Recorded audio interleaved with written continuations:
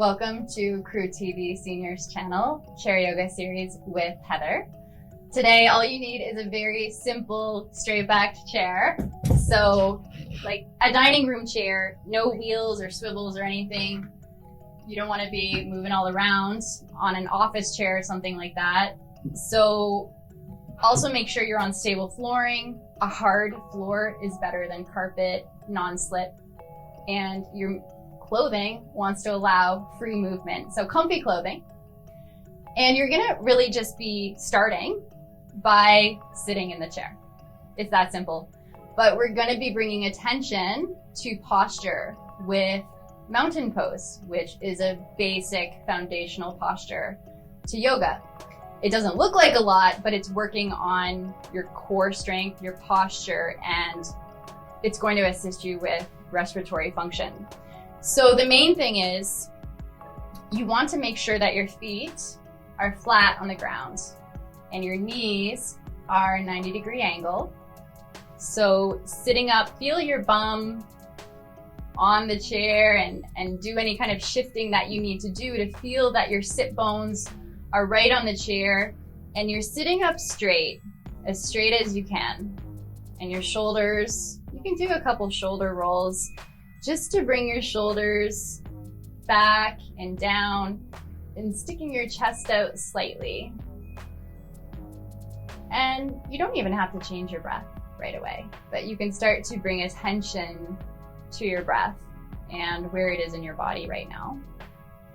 You can leave your eyes open, but if it helps and you're comfortable, you can also close your eyes to start bringing attention to your body and how you're holding your body. So this is where you can also even put your hands on your belly, on your hips for a moment, and feel where your pelvis is in space. We can tilt forward with the pelvis, or we can be tilting back, but we want to have a neutral pelvis. So when your pelvis is tilting back, your belly kind of comes out and you're arching your lower back. And when your pelvis is tilting forward, your belly comes in and your spine curves a little bit. So we're finding that space in between where your pelvis is in that neutral position. So it's a lot to remember, but you're bringing all of your attention to these key points in your body.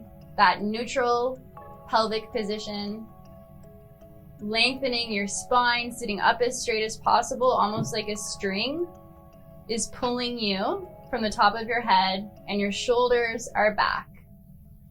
And this is where once you have that posture, you want to continue to check in with yourself with those key points. But this is also where you want to breathe. So you're done. You practiced mountain pose, and you may start to notice new sensations in your body. Maybe how you were holding your body, and maybe where you feel some tension.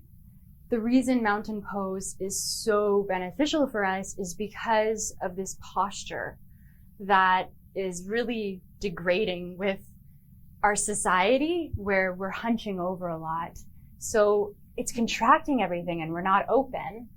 With mountain pose, it opens us up. It almost leads us with the heart. And when we're more open here, we feel stronger. We even feel like we can breathe better. So respiratory function improves. And we're also feeling more confident even, as opposed to when we're slumped over, we're not feeling very good about ourselves. Where when you have good posture, you're strong and you're radiant, and that's going to affect your mood and how you go about your day. Being aware of that as much as you can and opening up and becoming more aware of your posture all the time. And that's where you can start to bring yoga into the everyday.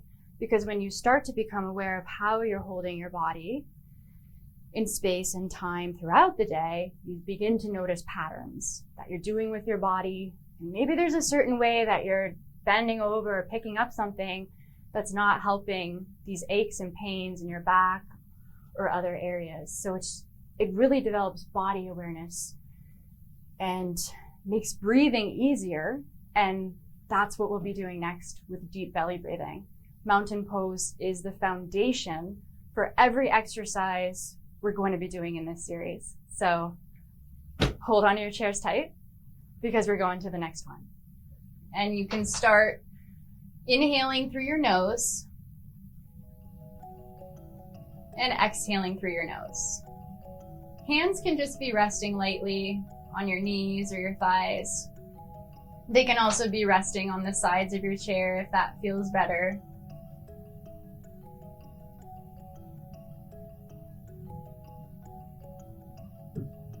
Bringing attention to the flow of your breath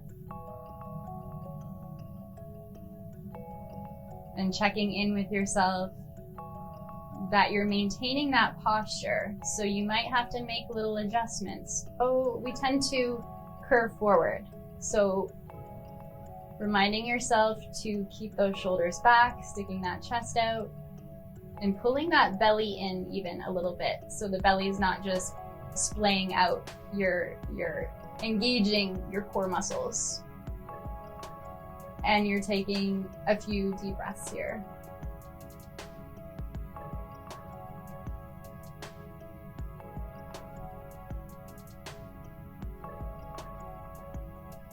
With each inhale, your pelvic floor muscles are relaxing. And with the exhale, you can start to contract them. And what I mean by that is the muscles that you use to stop the flow of urine are your pelvic floor muscles. So on the exhale, you contract those muscles, and on the inhale, you relax them.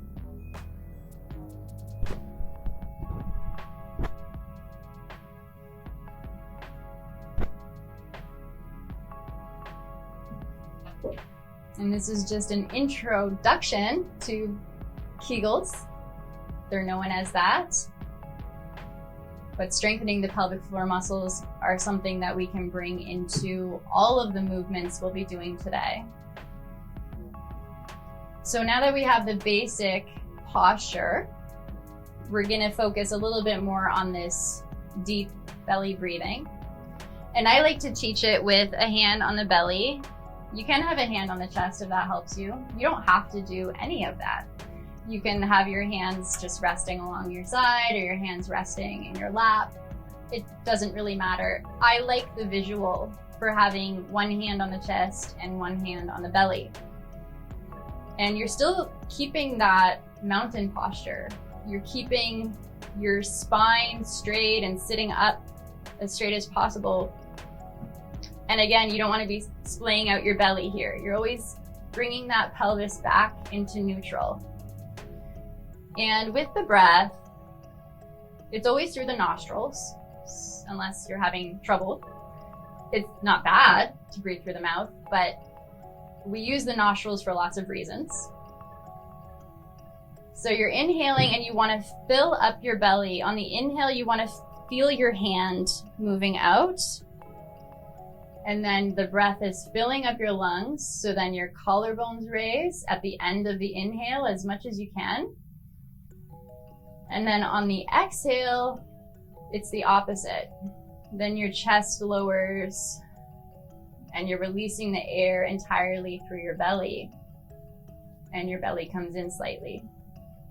So again, you can close your eyes if that feels good. That can shut out distractions and bring your focus inward. And we're gonna just do a few minutes of deep belly breathing, which is meditation when we're focusing solely on the breath.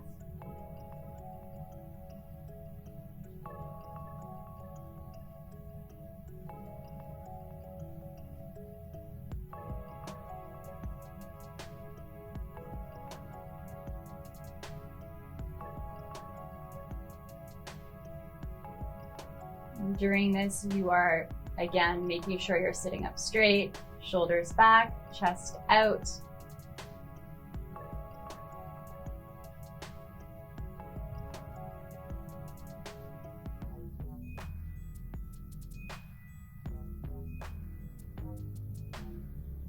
focusing on the flow of your breath and how it feels going in. Maybe you see the breath leaving your body. Maybe you are hearing your breath, but using all of your senses to bring your attention to the breath.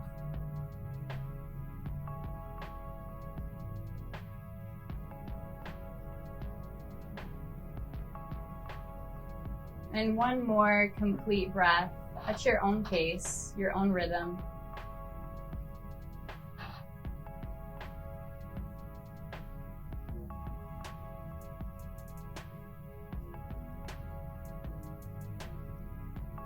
Excellent. With deep belly breathing, we've already practiced mountain pose.